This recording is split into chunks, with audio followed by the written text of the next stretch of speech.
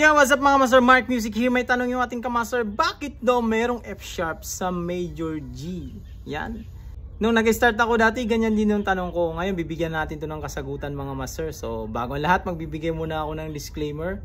Hindi pa ako professional na gitarista, nagtuturo lang po ko base sa alam ko at sa sarili kong research. Nasa sa inyo na to kung susundin nyo o hindi yung mga tinuturo ko. Let's go! Ito yun mga master, dapat nating maunawaan mga master na yung major scale is actually sukatan yan, scale. Kumbaga, pag bibili ka ng ruler, 1 meter na ruler, hindi yan magbabago na pag bibili ka na pabili ng ruler dyan 1 meter na iba-iba yung sukat niya, di ba? Hindi. Talagang magkakapareho yan. Yan ang dapat nating tignan at unawain na ang major scale is sukatan yan. At mahalaga na merong sukatan. Alam natin yung mga sukat kasi pag nagpatayo tayo ng bahay tapos hindi natin, kumbaga, estimate lang, wala tayong scale na ginagawa or tinitignan, binabasihan. So, tabingi-tabingi yung mangyayari doon. Hindi perfect yung magagawa nating bahay, tabingi-tabingi. Yung mga poste hindi magkakatugma o hindi magkakapantay. So, kaya kailangan natin ng scale. So, ganun din sa gitara mga master. So para maunawaan mo mga master, gumawa ako ng mga nota. Kumbaga, ito yung ating tinatawag na musical alphabet. Yan. At ito yung musical alphabet na to is applicable to kahit saang instrumento basta't merong nota. Yan. Ganito ang nota, nagkakasunod-sunod, hindi nagbabago.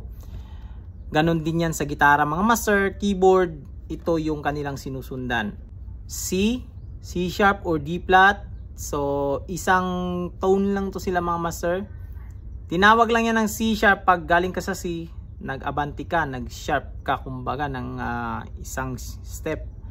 Tapos, ito naman ba tinawag na D flat kasi pag D ka, aatras ka, tatawagin mo rin siyang D flat. Pero, yan is isang tunog lang. So, ito yung basahin natin mga master. C, C sharp, D, D sharp, E, F, F sharp, G, G sharp, A sharp, B, C.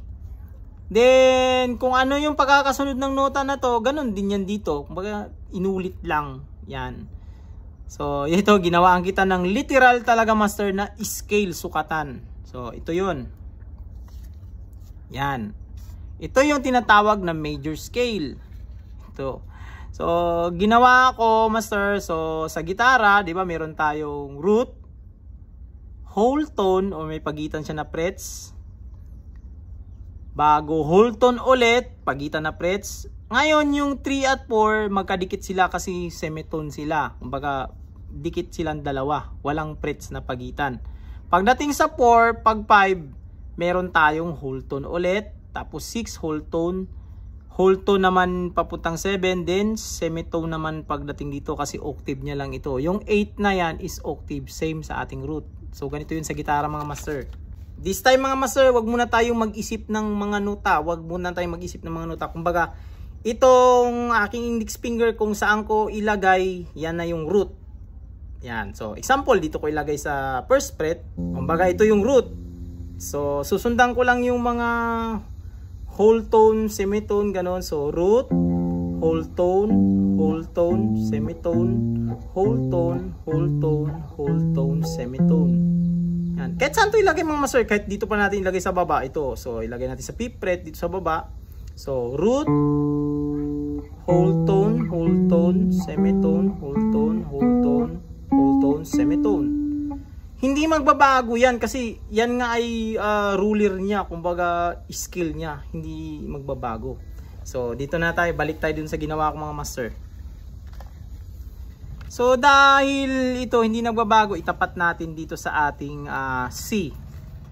Pag itapat natin to sa ating C, kaya nakikita natin sa mga keyboard lahat kulay puti yung keyboard na C, major C. So pag itapat natin yan, matatakpan yung mga sharp at flat. Yan.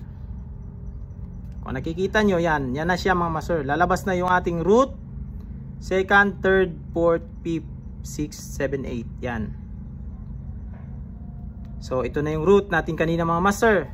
Ngayon, ilalagay natin siya sa G, yung ating root. So, hanapin natin yung G natin dito. So, ito yung G, ilalagay natin. Yan na. G yung ating root.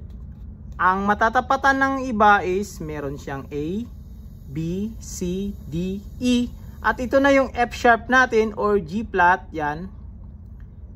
Meron na siyang F sharp, yung kanyang pang number 7. So ilagay natin yan dito sa gitara mga master. Ilagay na natin yung ating index finger sa root. So G natin ilagay.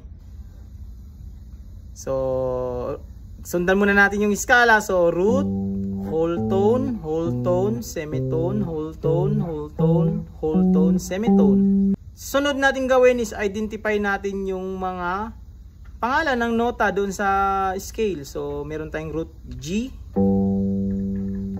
whole tone niya is A, whole tone ulit is B, semitone niya is C, whole tone niya is D, whole tone niya is E, whole tone niya is F sharp, semitone niya is G or yung ating octave. Kaya dito napapasok mga master na mahalaga pag alam natin yung mga nota sa ating fretboard. Kasi hindi na natin gagawin ito yung mga whole step, half step pag alam natin yung mga nota na yon. Kasi pag alam na natin yung nota dito sa ating fretboard, kumbaga dito lahat dito sa ating fretboard, alam natin yung mga nota. Ang susundan na natin yung mga notes na hindi na yung whole tone step, ganyan, half step, ganyan, hindi na. So ganito nang gagawin natin.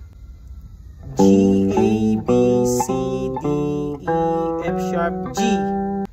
Dahil G ito at ito naman yung ating root, so ulitin natin ng cycle. So G, A, B, C, D, E, F sharp, G. Another G ulit, so hindi nagbabago yung cycle natin. So G, A, B, C, D, E, F sharp, G. Yan mga master, ganun lang siya mga master at kaya na natin yung pababain.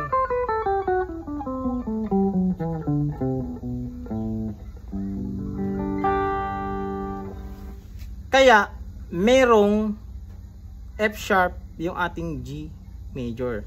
Yan. Sana nagbigay ito ng linaw sa iyo mga master. At sa mga parehong ganito rin yung mga tanong. Yan. So, hanggang dito lang video natin na ito mga master. This Smart Music. God bless you all. Peace out.